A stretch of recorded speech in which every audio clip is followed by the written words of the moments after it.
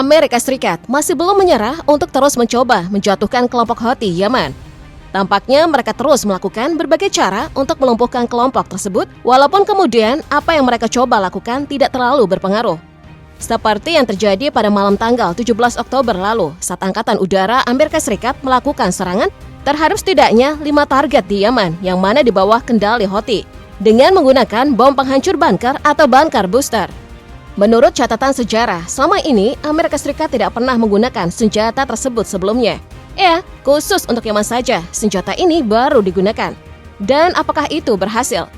Menteri Pertahanan Amerika Serikat, Lloyd Austin, kemudian memberikan pernyataan bahwa Amerika Serikat menggunakan pesawat siluman B-2 yang mana merupakan satu dari beberapa pesawat pengebom berat dalam inventaris Amerika Serikat yang mampu meluncurkan GBU-57 Massive Ordnance Penetrator. GBU-57 dengan bobot yang mencapai 30.000 pon ini telah didesain secara khusus untuk melakukan serangan terhadap bunker dalam dan mampu menembus hingga kedalaman tertentu sebelum akhirnya meledak dengan dahsyat. 5 target yang dimaksud oleh Amerika Serikat adalah tempat-tempat yang berlokasi di wilayah ibu kota Sanaa, serta benteng Houthi yang ada di Saada Utara. Meskipun tidak dijelaskan secara rinci oleh Lloyd Austin, tapi diperkirakan bahwa target-target tersebut meliputi 3 lokasi pasukan rudal di pinggiran selatan wilayah Sanaa, Jabal Atan, Al-Hafa, dan Nandayin. Sejak tahun 1980-an, 3 area yang disebutkan tadi menampung masing-masing 1 brigade rudal dengan akses yang juga dimiliki masing-masing ke bunker dalam yang dibangun sebelumnya dari gua-gua alam. Dari 3 brigade, 2 diantaranya dilengkapi dengan rudal STUD yang mana membuat angkatan bersenjata Yaman memiliki keahlian dalam pengoperasian rudal balistik. Pada tahun 2022, 3 lokasi tersebut juga pernah menjadi target Arab Saudi saat konflik memanas di antara Arab dengan Yaman. Namun serang mereka tidak begitu efektif dan tak mampu menembus kedalaman bunker. Target yang berada di Saada kemungkinan besarnya merupakan sebuah kompleks terowongan bawah tanah dengan panjang 8 km yang tepatnya berada di sebelah timur lapangan terbang Saada. Sebuah citra satelit memperlihatkan bahwa di sana terdapat aktivitas pembangunan. Apa yang dilakukan oleh Amerika Serikat merupakan buntut dari seringnya Houthi melakukan serangan terhadap kapal-kapal yang melintasi jalur Laut Merah. Kebanyakan kapal-kapal yang melintas di sana adalah milik Amerika Serikat dan sekutunya. Kekuatan Houthi yang mana mendapatkan dukungan dari Iran telah membuat Amerika Serikat kewalahan dalam menghadapi mereka di jalur tersebut. Komando Pusat Amerika Serikat kemudian mengatakan bahwa bunker-bunker yang mereka targetkan berisi rudal, komponen senjata, dan berbagai amunisi lainnya, yang selama ini digunakan oleh kelompok Houthi untuk serangan-serangan kapal militer dan sipil di seluruh wilayah yang mereka kuasai. Akibat serangan-serangan yang dilakukan oleh Amerika Serikat terhadap bunker-bunker milik Houthi, kerusakan yang mereka timbulkan tidak dapat dipastikan seberapa besarnya. Tapi Amerika Serikat memastikan bahwa tidak ada satupun korban sipil yang jatuh dalam serangan-serangan mereka. Berbicara mengenai senjata yang Amerika Serikat gunakan, disebut bahwa GBU-57AB Massive Ordnance Penetrator MOP merupakan bom berpemandu presisi dengan berat yang mencapai seberat 30.000 pon. Jenis bunker buster milik Angkatan Udara Amerika Serikat ini secara substansial lebih besar jika dibandingkan dengan daya tembus terdalam yang dimiliki oleh jenis sebelumnya seperti GBU-28 dan GBU-37 seberat 5.000 pon. Karena ukurannya mencapai panjang 6 meter dan berat lebih dari 12 ton, bom ini hanya dapat dibawa oleh pesawat pengebom besar, misalnya B-2 Spirit. B-2 Spirit diklaim sebagai salah satu pesawat yang paling mahal di dunia. Bukan tanpa alasan, hal ini disebabkan oleh biaya produksinya yang mencapai 2 miliar dolar.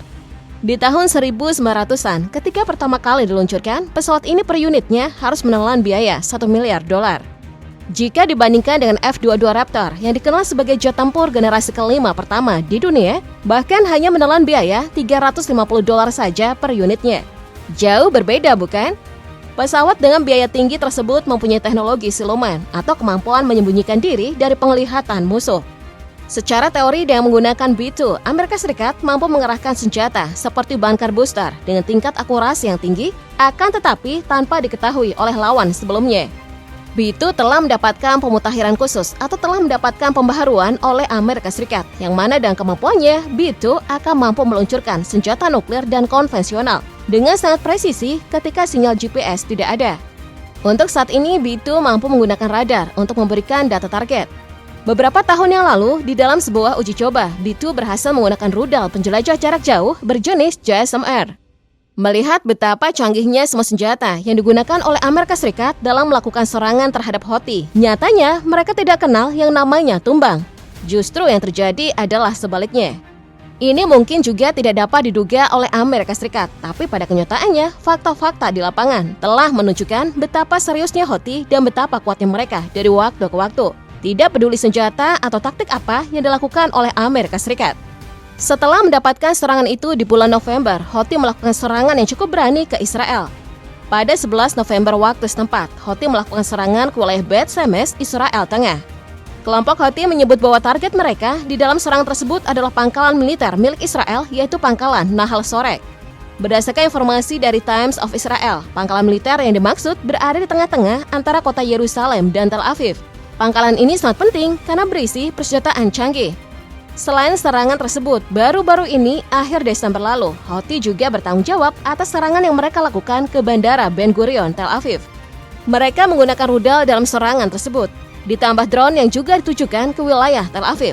Serta di waktu yang hampir bersamaan, Houthi juga melumpuhkan kapal di Laut Arab. Tidak henti-hentinya, Houthi melakukan gebrakan yang cukup mengejutkan. Pada 5 Januari kemarin, tercatat untuk pertama kalinya, rudal hipersonik Palestina milik Houthi menargetkan pembangkit listrik yang ada di kota Haifa, Israel. Juru bicara Houthi, Jenderal Yahya Saree, mengklaim bahwa serangan tersebut berhasil dilakukan. Ia juga menambahkan bahwa pembangkit listrik yang menjadi target mereka adalah Orot Rabin. Serangan ini diketahui menjadi serangan terjauh yang dilakukan oleh Houthi, karena kota Haifa sendiri letaknya berada di utara Israel. Sebelumnya, Houthi sendiri memang kerap menjadikan pembangkit listrik sebagai sasaran mereka, termasuk diantaranya pembangkit listrik yang berada di selatan Yerusalem. Di sisi lain, militer Israel hingga detik ini belum buka suara terkait kerusakan apa saja yang mungkin mereka terima akibat serangan dari Houthi tersebut. Seperti yang telah diketahui oleh banyak pihak, kelompok Houthi sudah berulang kali sukses menembus sistem pertahanan udara musuh mereka. Sehingga bukan tak mungkin jika kali ini pun Israel mendapatkan kerugian yang cukup besar. Tidak hanya Israel, Amerika Serikat yang merupakan sekutu setianya juga mendapatkan bagian sepadan dari kelompok Houthi. Memang sejak dulu Amerika Serikat tak pernah diam dan selalu berada di barisan depan ketika Israel mendapat serangan dari musuhnya. Namun tentunya Houthi juga tidak dengan mudah membiarkan Amerika Serikat mencapai keberhasilannya. Pada November lalu, kelompok Houthi melakukan serangan terhadap 2 kapal perang milik Amerika Serikat. Juru bicara Pentagon Mayor Jenderal Pat Ryder mengungkapkan bahwa kapal perang Amerika Serikat sudah diserang oleh 8 sistem serangan udara tanpa awak, 5 rudal balistik anti kapal, dan 3 rudal jelajah anti kapal. Menurutnya, semua kapal yang diserang tidak mengalami kerusakan yang berarti. Selain itu, baru-baru ini, militan Houthi juga dilaporkan telah kembali melakukan serangan terhadap kapal induk milik Amerika Serikat, yakni USS Harry S. Truman yang tengah ditempatkan di Laut Merah. Pada Senin 6 Januari lalu, serangan tersebut diklaim berhasil dan secara resmi diumumkan oleh Houthi. Juru bicara Houthi, Jenderal Yahya Saree mengatakan pihaknya sudah lebih dulu mendapat informasi bahwa Amerika Serikat sedang dalam persiapan untuk melakukan serangan besar-besaran di Yaman. Maka dari itu, Houthi langsung meluncurkan 2 rudal jelajah dan 4 drone ke kapal induk USS Harry S. Truman yang menjadi lokasi peluncuran jet tempur. Dalam pernyataan lanjutan, Jenderal Saree mengklaim rudal yang mereka luncurkan telah berhasil menggagalkan upaya musuh untuk menyerang negaranya. Diduga kapal induk milik Amerika Serikat itu semakin menjauh ke utara Laut Merah pasca penyerangan yang dilakukan oleh Houthi.